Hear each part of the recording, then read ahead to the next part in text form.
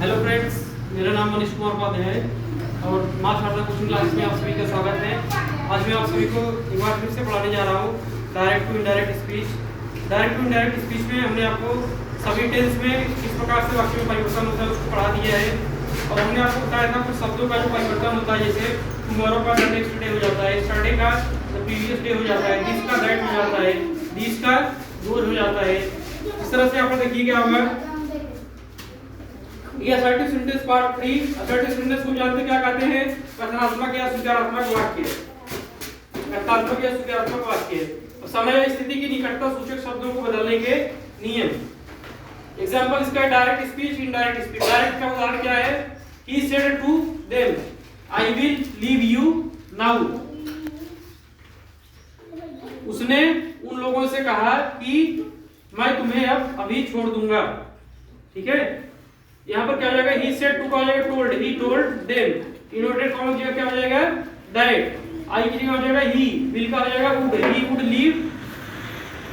you का हो जाएगा them और now का हो जाएगा them. क्या होगा? He told them that he would leave them. आगे देखिए दूसरा उदाहरण जो है, रितेश said to कोमल। रितेश ने कोमल से कहा I cannot go with you till the next Monday. Indirect speech क्या होगा? रितेश said to को told हो जाएगा, रितेश told कोमल। इनवर्टेड कॉमा क्या हो जाएगा? that. फिर he, इसका हो जाएगा could not, he could not go with you का हो जाएगा him till the next Monday का हो जाएगा following Monday. Ritesh told Komal that he could not go with him till the following Monday.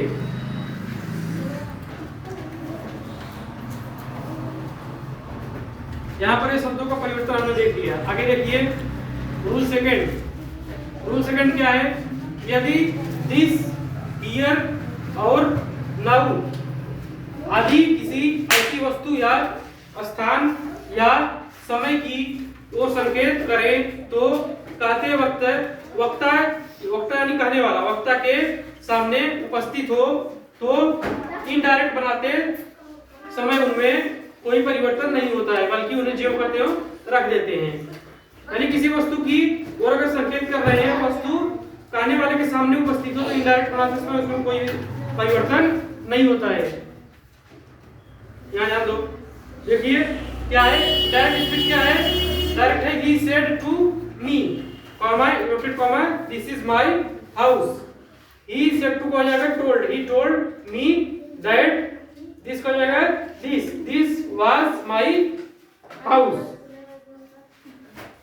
ठीक, आगे देखिए रूल थर्ड क्या है? यदि दिस तथा दिस समय दिखाते हैं तो इन्हें दैट या दोज में बदलते हैं। दिस तथा दिस समय दिखाते हैं तो इन्हें दैट या दोज में बदलते हैं।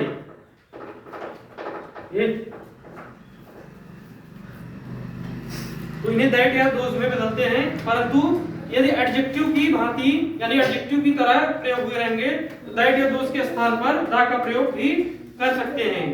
यानी दिस और दीज अगर यहाँ पर क्या लिखा है? समय। ठीक है,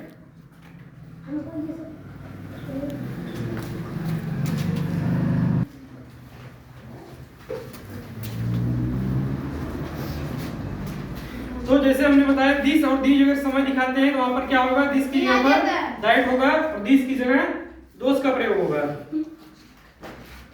और अगर एडजेक्टिव दिखाते हैं तो वहां पर दैट या दोस के स्थान पर द का प्रयोग होगा। डायरेक्ट देखिए, डायरेक्ट क्या? जैसे he said, comma inverted comma, we are going for a party this week. he said inverted comma की जगह क्या हो जाएगा? इन्वर्टेड कॉमा की जगह क्या होगा? that. he said that. we की जगह क्या हो जाएगा? they. are की जगह क्या हो जाएगा? are का where. they were going for a party. this का हो जाएगा that week. ठीक, he said that they were going for a party that week. आगे देखिए नेक्स्ट, कुछ विशेष परिवर्तन सम इंपॉर्टेंट चेंजेस। कभी कभी रिपोर्टेड स्पीच में कुछ नाउन वोकेटिव केस में आ जाते हैं। इनडायरेक्ट नरेशन में परिवर्तन करते समय वे रिपोर्टिंग वर्ब के ऑब्जेक्ट बन जाते हैं।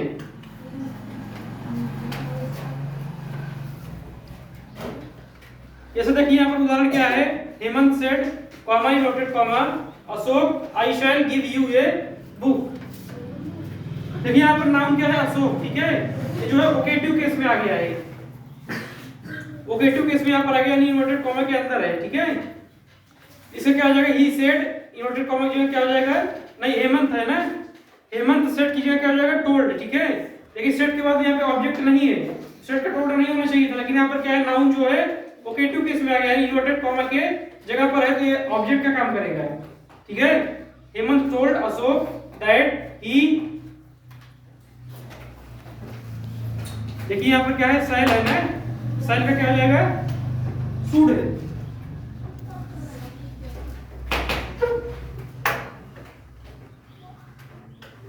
He should give him a book.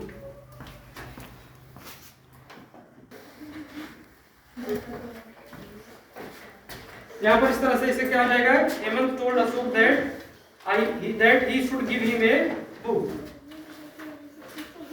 तो स्टूडेंट्स, आज का वीडियो हमारा आपको कैसा लगा कमेंट बॉक्स में कमेंट करके बताइए, हमारे चैनल को सब्सक्राइब करिए, लाइक करिए और शेयर करिए। इसका आप लोग जो है एक बार स्क्रीनशॉट जरूर ले लीजिए। Thank you.